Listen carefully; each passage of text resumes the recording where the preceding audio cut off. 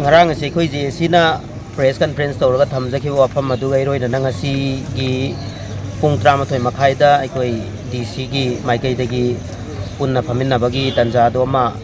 kaurakpadagi khoi hojik je si kangbu singa phaminari sida aikoi lairiba PIGD NHIDCL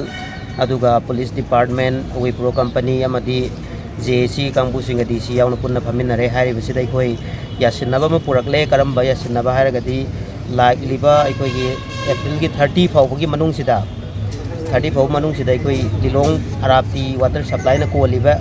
area सिंगदा लाइरिबा सिंगसि पुन्ना इसिंग फंगहनबा अमदी अइकोई होजिकी ओइबदा मार्च की हफ्ता सिगी मनुंग दना अइकोई गी लाइरिबा लहा खोंग तुरे लहनबी गी बोट साइड दिलोंग बाजार हारिबा सिगी बोट साइड सि इसिंग फंगहनबा हाइना हारिबा सिंगसिदा पुन्ना याजिन मेनरे अदो अमदी अइकोई एग्रीमेंट अमा मसु साइन तौनरे अदुगा अइकोइना सिगी मखा पोना अइकोइना ngasi gi evening dagi pangthokani haina haujagani haina tawramba general strike adu matam kharagi oina अइकोइ relax tawjare haina mayam gi mafamda JC gi maikai dagi convener ma oina mahut sinjaraga thamjari।